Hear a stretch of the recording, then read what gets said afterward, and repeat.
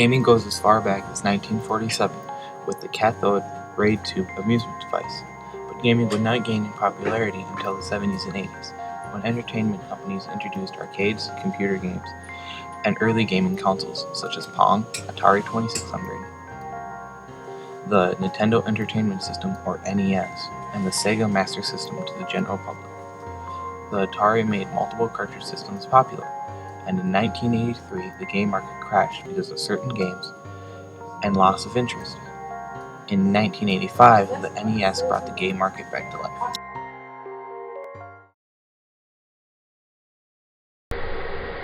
It's more of a pastime, really. Like, when I'd be bored, I'd just kind of be there, and I'd just whittle away if I had nothing to do for the day. Or afternoon, I should say. Not a whole day. That's kind of lame. Well, I first got interested in games from my brother because he mostly played it like almost all his life, so it kind of wore off on me almost.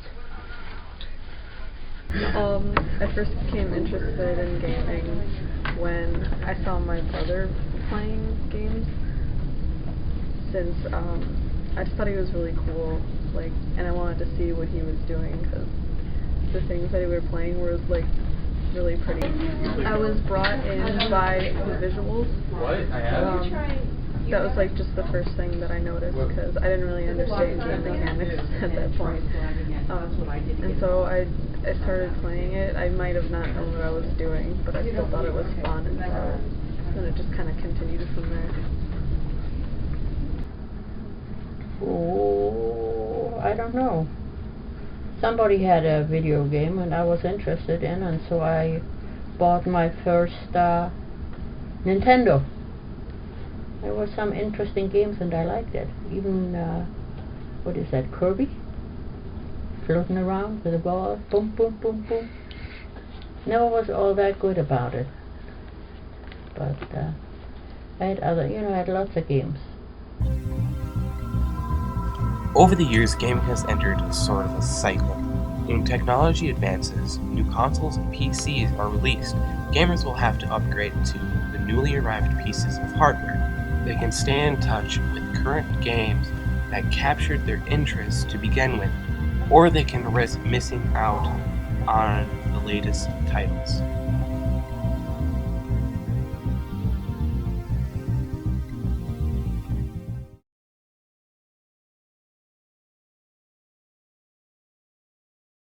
What keeps me interested in video games is like introducing myself into new kinds of video games, such as like action games sometimes, and mostly like getting like remakes of games and trying them out. To get to the end, and if I can't make it the first time, then I try again. Have a little hissy here and there, but I do. The Mario with the things falling down and you got to put them in place, yeah, that's the one. Like an idiot. Well, I do the slow one. I get all the way up to 24. Doesn't go any higher. And I try the medium, and I make it to 20. But I don't accomplish anything when it comes to the past.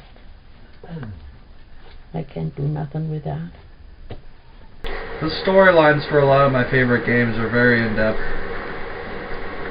So, I mean, they're pretty interesting, and they bring quite a following. So, and whenever they release a new one, it either ups the storyline of the previous game, or it makes a whole completely different one. Then you get introduced to the characters and whatever. And the graphics.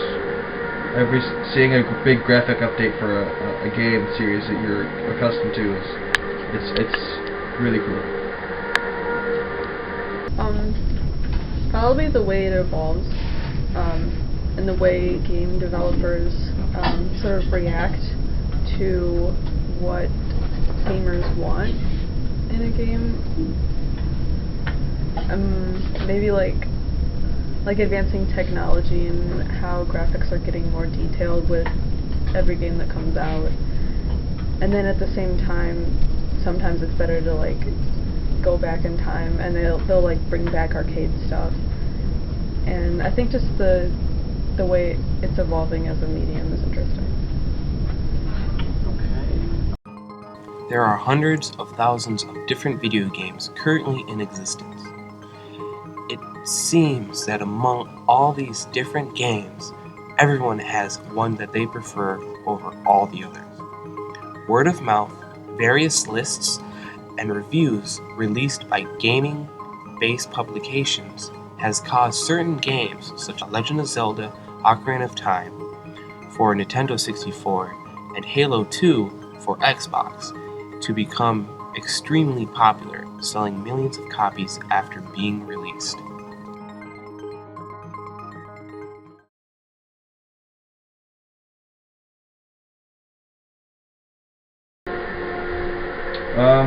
Usually strategy and role-playing, like Skyrim or Fallout or things of that sort. My favorite kind of games to play is mostly survival horror, or like some kind of puzzle games like Tetris or Columns, like that, because survival horror is like, it's fun because, you know, it scares you kind of. The newer ones don't really that much. I play a lot of first-person shooters, but I wouldn't say that they're my favorite type of game. When I think of video games, I automatically think 360, but I have other systems, and I need to remember that I have games for them.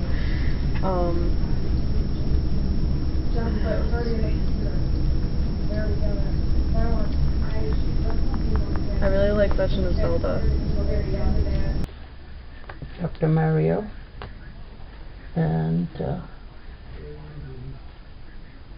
what's that here on the six-pack? Oh, like Sonic and stuff. Yeah. And Mario, of course, you know. Yeah. The different kinds of Marios. I have several different Marios. And that's basically the ones I favor.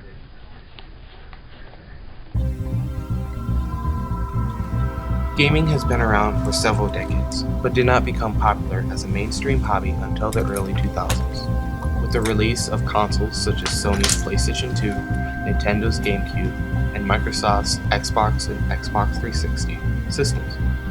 The rise of gaming as a social hobby also occurred when online services such as Xbox Live, PlayStation Network, and Steam introduced the ability to play video games with people across the country and around the world.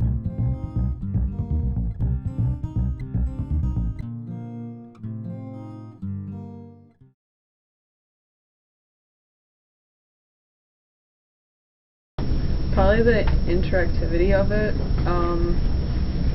and the way that instead of it being like a movie where a story is just sort of presented to you and you watch it passively, you actually get to take part in it, and there's really nothing else like that. And I don't know, there's like so many different games out there, and I have like a list of different games I just want to play just to like experience them all. I don't know what to say. If you have things like Mortal Kombat, or you have things like Call of Duty, you can play them not only alone, but like with friends, like there, or if there are so many games that you can play online. It like makes it more fun, I guess. What I find fun about video games is mostly like getting better at them. Like, you set this goal, and mostly it's like the kind of games you play, it's like you'll never find a video game that's like exactly the same. It's just fun to see the different types of video games and be able to like play them and stuff. The rise of social gaming throughout the 2000s has made gaming something that people can enjoy just as easily with friends and family as they can by themselves. Some of the experiences people have shared playing games together or been through alone are some of the reasons certain games are so fun to these people.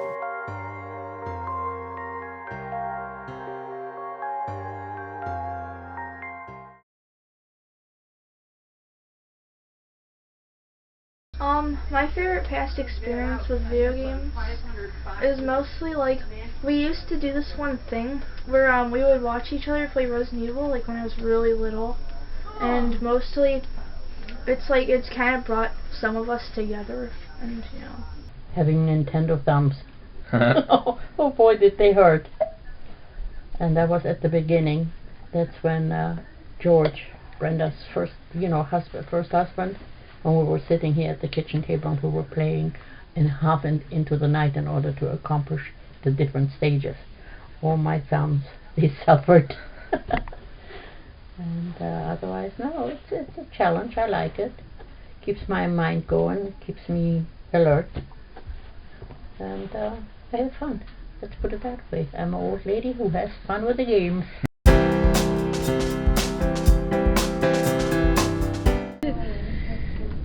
Stop. What are you doing? Smiling and nodding. What are you doing? Oh, I just took a picture. Oh. Evidence.